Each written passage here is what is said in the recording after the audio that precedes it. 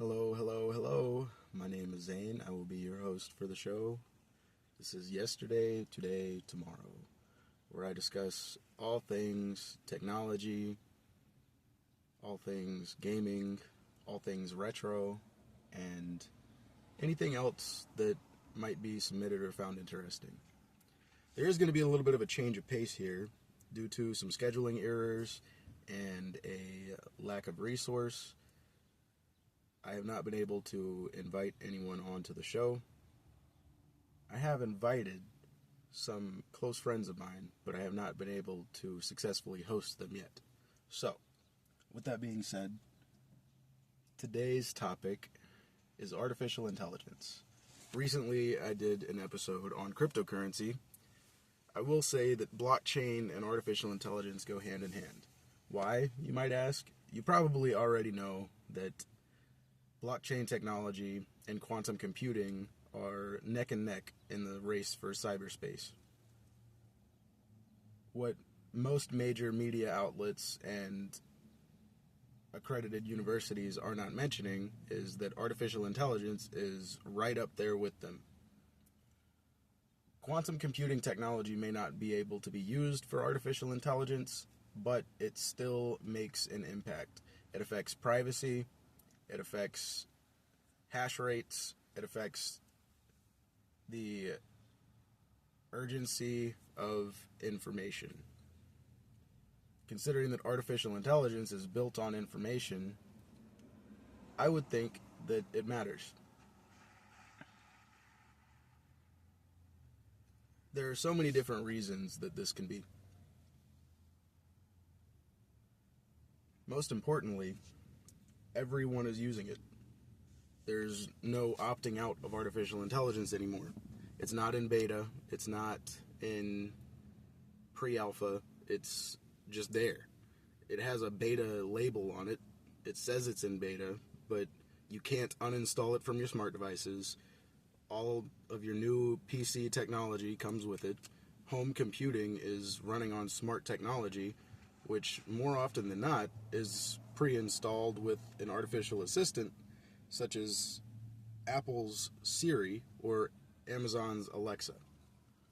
While I enjoy the use of these services, they are nothing in comparison to chatbots such as OpenAI's ChatGPT, xAI's Grok, which is a new platform. It's highly intriguing, but there are still some major flaws and some potentially overlooked security threats. This is not even to mention some of the more outlandish applications such as Character AI, which has been responsible for the death of a young man, and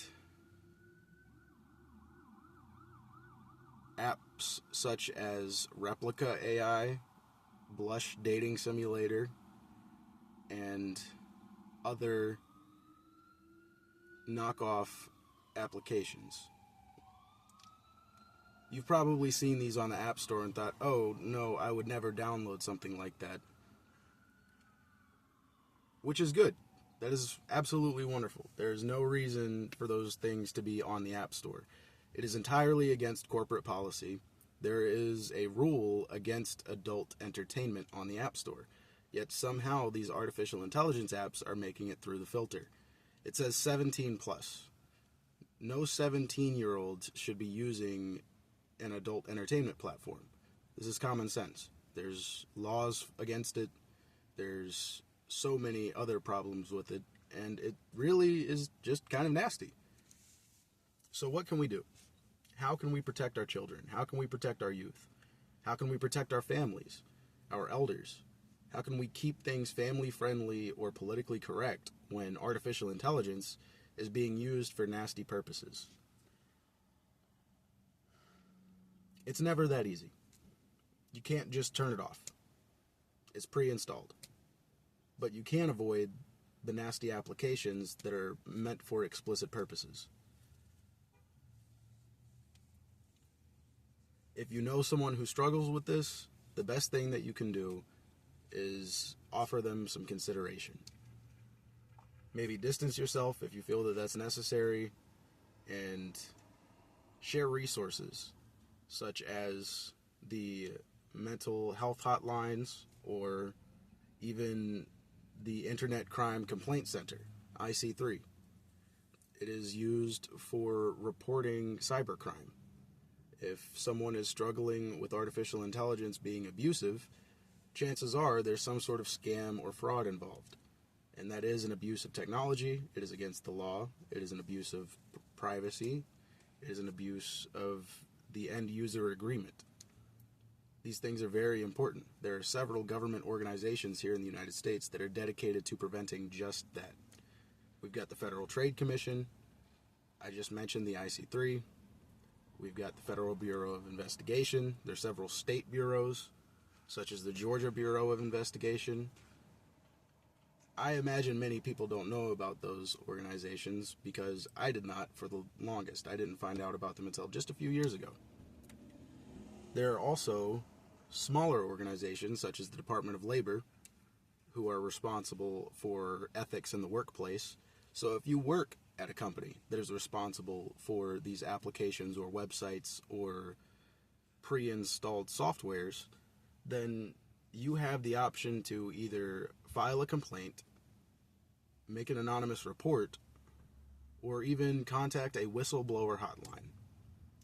There are laws to protect people in all three situations, and there is never any other place to go. They were designed specifically to be a last resort. Obviously, you want to go to your supervisor first, or maybe a coworker that you can trust, so on and so forth. But when it really comes down to it, when children are being harmed, families are being torn apart, and corporate policies are being violated, you know what you have to do. There is no excuse for the transgressions that have occurred against the American people and even the rest of the world for the last several years. There is no excuse for the way that it has destroyed the tech industry. There is no excuse for the way that it has caused a disconnect in the human condition. Many people struggle with their social behaviors as it is, thanks to the COVID-19 pandemic, as well as the implementation of technology in educational institutions.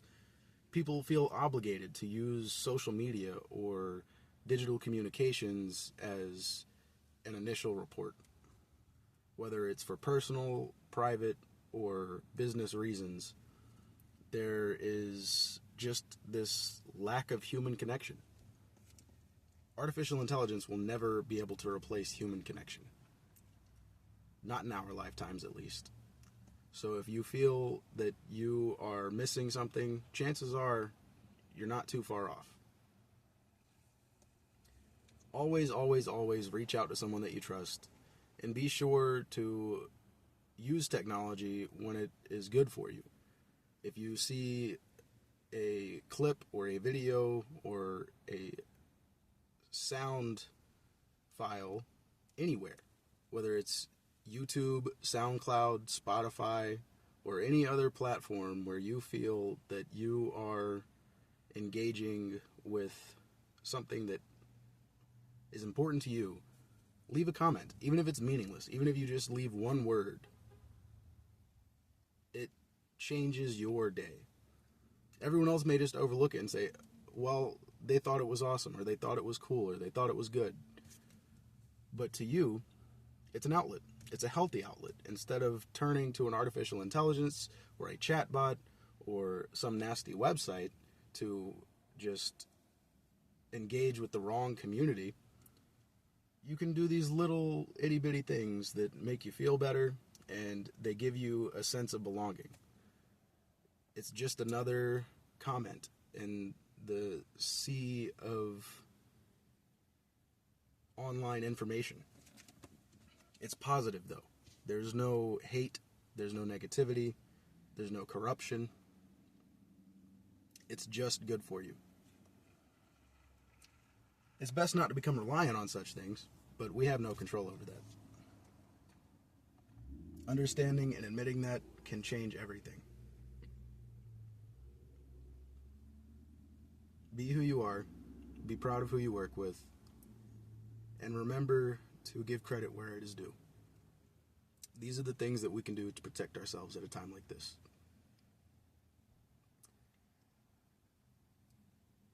thank you for joining us. If you have any recommendations or suggestions for the show, please be sure to leave a comment or reach out on social, however works best for you.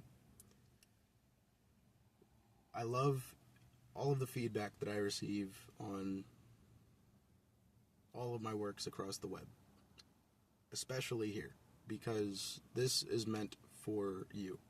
This is my way to share what I have learned in a professional format that works for everyone. It is all inclusive, and I hope that it is the best experience that I can possibly provide. See you next time.